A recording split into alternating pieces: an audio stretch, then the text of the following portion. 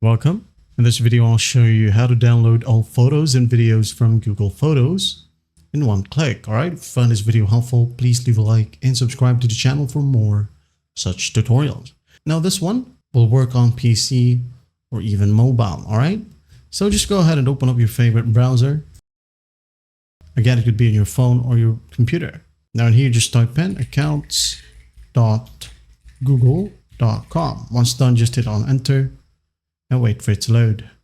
Now once it loads, as you can see here, it will require you to log in. Just go ahead and log in.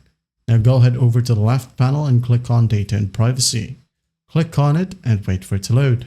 Now once it loads, scroll all the way down until you find the section data from apps and services you use. All right, go ahead and look for the Google apps like this one. Now click on content saved from Google services. Click on it.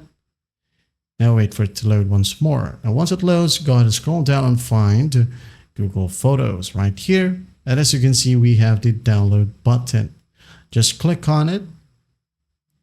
Now we are being landed to the Google Takeout page. Now in here, again, just select Google Photos and click on Next tab. In here, make sure you select Export once.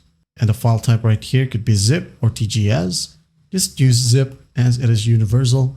And the file size right here, it depends on you. If you know the total file size of your videos or photos, okay, go ahead and select that in here in the drop down. Okay, now once done, just go ahead and click on Create Export.